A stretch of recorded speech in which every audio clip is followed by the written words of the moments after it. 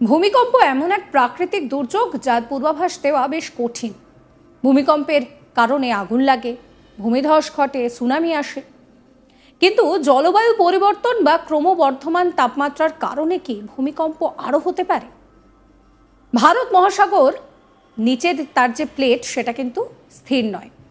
যুগের পর যুগ ধরে তা তার নিজের স্থান থেকে ক্রমশই একটু একটু করে সরে যাচ্ছে, আর এর ফলে ভারত মহাসাগরের আগের স্থানও সরে যাচ্ছে।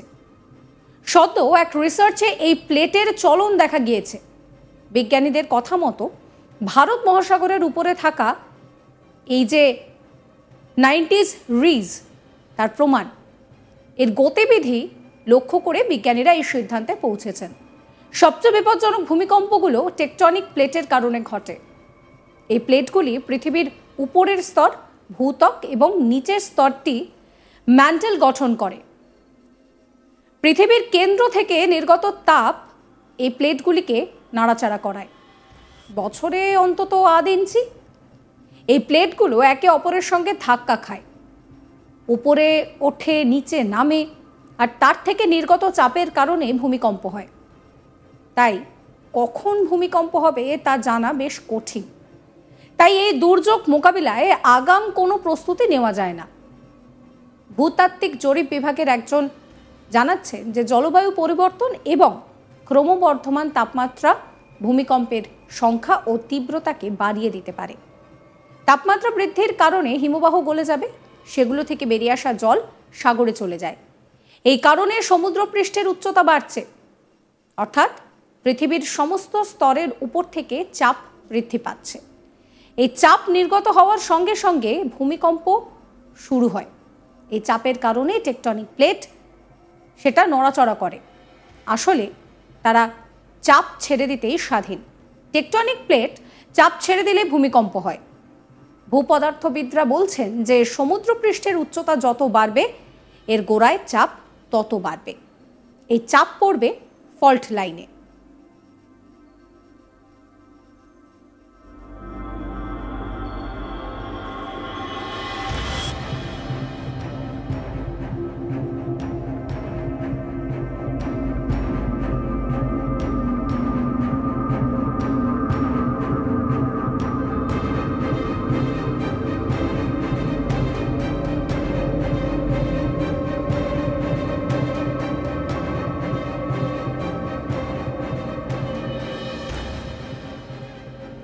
চাপ যত বাড়বে ভূমিকম্পের ঝুঁকি তত বাড়বে।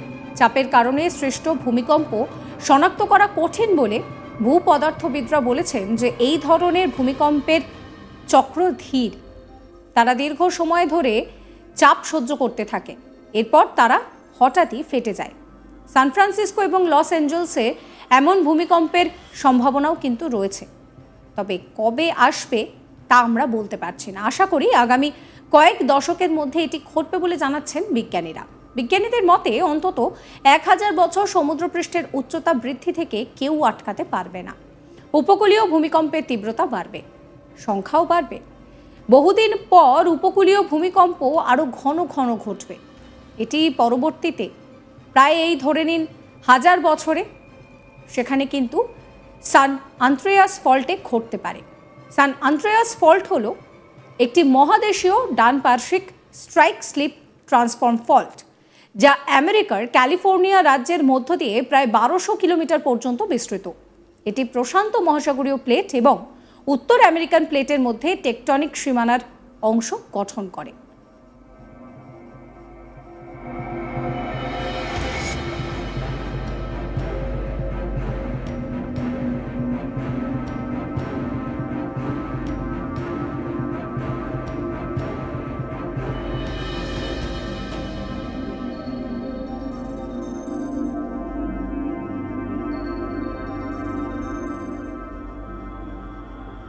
প্রসঙ্গত, জাপানে ভয়ানক ভূমিকম্পের আশঙ্কা।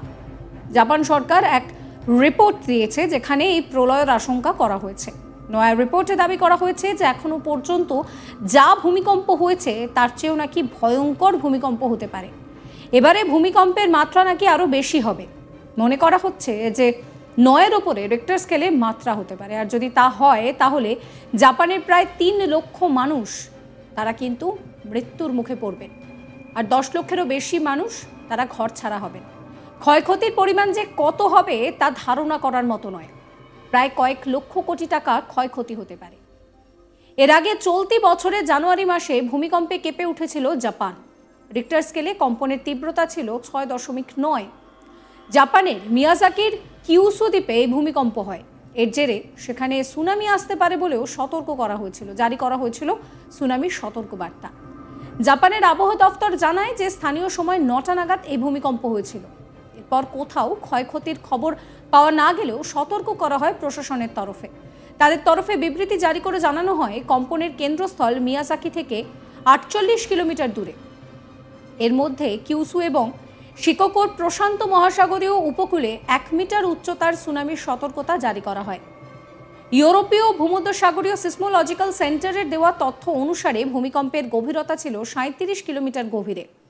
গত বছরের 8ই অগস্ট শক্তিশালী 2টি ভূমিকম্প হয় জাপানে। সেবার দক্ষিণ পশ্চিমাঞ্চলীয় কিউসু এবং শিকোকো দ্বীপ কেঁপে উঠেছিল।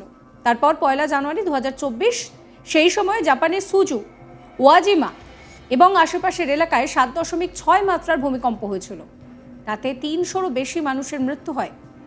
উল্লেখ্য যে তারপর কিন্তু আবার তিব্বত কেঁপে উঠেছিল, আর সেই কম্পনের আঁচ ভারত, ভুটান, নেপালেও পড়েছিল।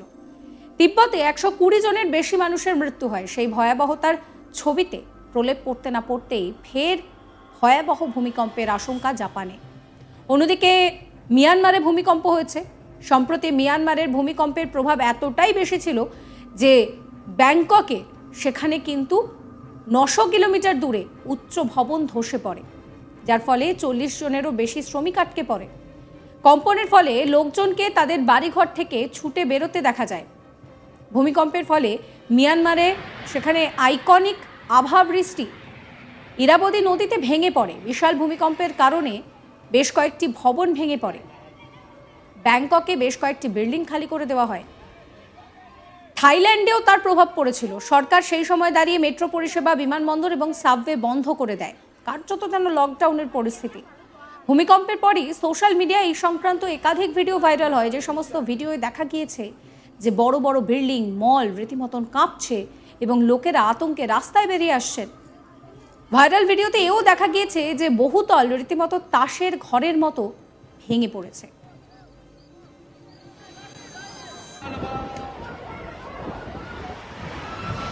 আর এরই মধ্যে কিন্তু যে বিষয়টা জানা যাচ্ছে যে আরো বড় ভূমিকম্প আসতে চলেছে।